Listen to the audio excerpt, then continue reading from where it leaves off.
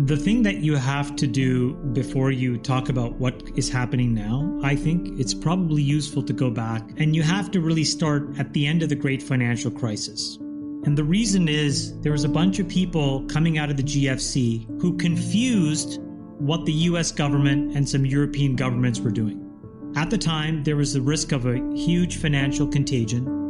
And so the US stepped in and the Federal Reserve started to use their balance sheet to buy toxic assets, right? And the ECB did that, and I think Japan did that as well. Anyways, a bunch of banks did it. I mean, a bunch of governments did it. And then there was this body of pseudoscientists, scientific economists who coined this thing called modern monetary theory, which basically said, hey, you can keep printing money and introducing it into the economy to smooth things out and to actually drive long-term growth. And it turns out that a bunch of government officials fell for it. And if you fast forward to 2022, so 14 years later, governments around the world had printed something to the tune of about 35 odd trillion dollars of money into the economy that should have never been there. So the thing to remember is we have not necessarily just been obfuscating true supply demand in the last 6 or 8 months when we've been talking about a recession or inflation. We've been actually doing it since 2008. It's just that it's been building up in the system. So one of the things that we have to realize is that all of that money somehow needs to get destroyed in some way, shape, or form if the true economic equilibrium is meant to be found. What is true supply? What is true demand in the absence of government sloshing money around, trying to prop up things that should not be propped up, or buying votes, or all the grifts that these folks have engaged in the last, decade and a half have to get undone. So that's the backdrop. So if you think about taking $30 trillion out of the global economy, you're talking about almost, I think it's 85 trillion is the world GDP. So it's almost half of an entire year's worth of global GDP. It's going to take 3 years probably of the slow, meticulous, running off of money, not reintroducing new money. So it seems like we're at the beginning of something that's going to be long and drawn out. And that's separate from whether we're in a recession or not. That's just the bear market that we're in, right? And so you have to look at asset prices today as a microcosm of a much larger trend that has to be about fake money pushing asset prices up, and now taking all that fake money out and finding out what the real price of something is. And I just don't think that takes 6 months. So for all the people that were, hoping that this would be the end of it, Fed raises 75, we're done with this, they're going to raise 75 more. I just think that's not how it's probably going to be. It's going to take, 24, 36 months. That may mean the bottom doesn't happen for another 18 months. So I think we're in for a lot of choppy market action. I think you need to buckle your seatbelt because the next 3, 4, 5 months of CPI will probably be very, very bad. 7, 8, 9%. Why? There are a handful of components that have gotten completely run away. Number one, the biggest one is rent. And so rent works on a 3-month lag. We're going to reintroduce what the true owner's equivalent rent is into CPI. So we can already forecast that CPI going up. Oil is at $105 a barrel. Russia is basically trying to break the back of Europe by now messing with their nat gas supplies. The German energy minister yesterday said that if that happens, it could be a contagion equivalent to Lehman Brothers with respect to energy. When you play all of these things out, what you have is unfortunately rampant runaway costs that really have no mechanism to get back in check in the absence of some real governmental changes. Our policy on this Ukraine-Russia war, how we intend to sort of work or cooperate or fight with China, all of these things have to get solved. So in the absence of that, prices are going to continue to go up. And so what does the Fed do?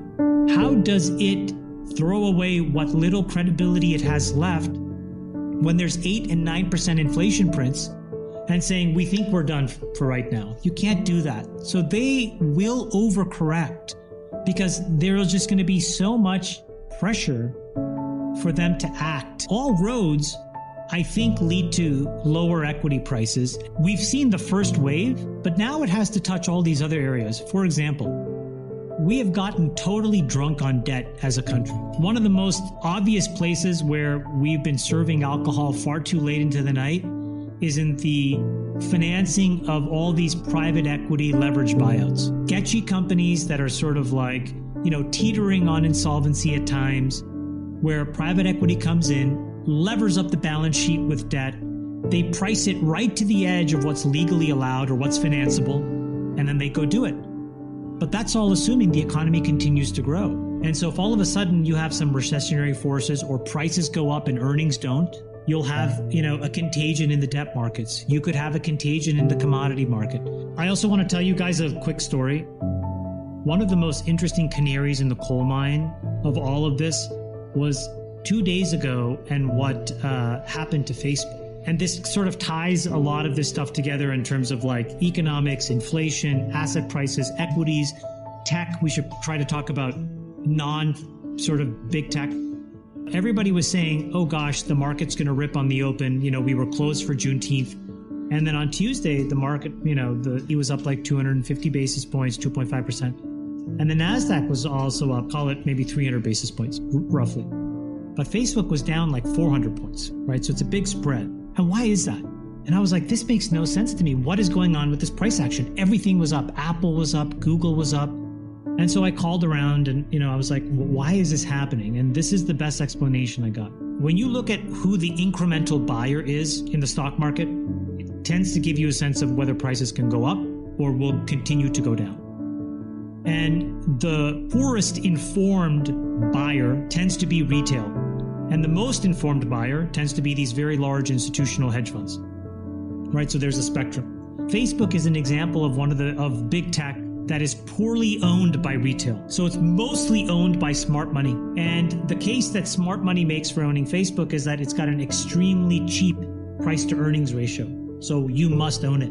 And what they said was that they, looking at the tea leaves of consumer demand, what they actually re-underwrote was that actually it's not that the price to earnings was cheap, it's that the E in PE was just wrong. And if they pass through all of these increases in inflation and, their earnings expectations into Facebook, it's actually more like fair value at a lower price. That's why they sold it so much on a day where the market was up. Now, why is that important? Well, eventually you're going to touch all these other stocks as well that are going to go through earnings revisions in this recession. This is where I think Wall Street has done a very poor job on behalf of retail. If you look at the average estimates of earnings, you will be shocked to hear that Wall Street actually has this year being record earnings, next year earnings continuing to go up. How do you see earnings continuing to go up into these prints like this when you cannot pass through, 80, 90% increases in energy and COGS and whatnot? You'll have to sell fewer things because there'll be fewer people with jobs to buy things. I think Wall Street's wrong, and I think that earnings are going to go down this year and will definitely go down in 23. And so I think what probably happens is the entire world of equities needs to get repriced at a lower price. And in that, it's going to put enormous pressure on these cash-burning, non-profitable tech companies. We gave folks just a ton of money. And what did they do? They acted rationally. They spent it. Yep. And now we have to take it all back. And that's I don't think that's going to be as easy or as simple as people think. It's stunning that, the reason the stock market went up, dollar for dollar, was actually tied to the growth in the M2 money supply. The correlation was 0.92. So for every dollar that the Fed printed, the stock market went up by 92 cents. So, it stands to reason that if the Fed is going to take $3 to $5 trillion of value out, then we have to re-rate the equity markets by $3 to $5 trillion at a minimum. And then you have to re-rate and re-baseline for earnings. And so that's probably another 20 or 30. Meanwhile, we keep losing our footing to China. Just today, CATL, which is one of the largest battery manufacturers, announced a pretty meaningful improvement in their 3.0 battery design. These guys are now building batteries that can go 1,000 kilometers in both of the major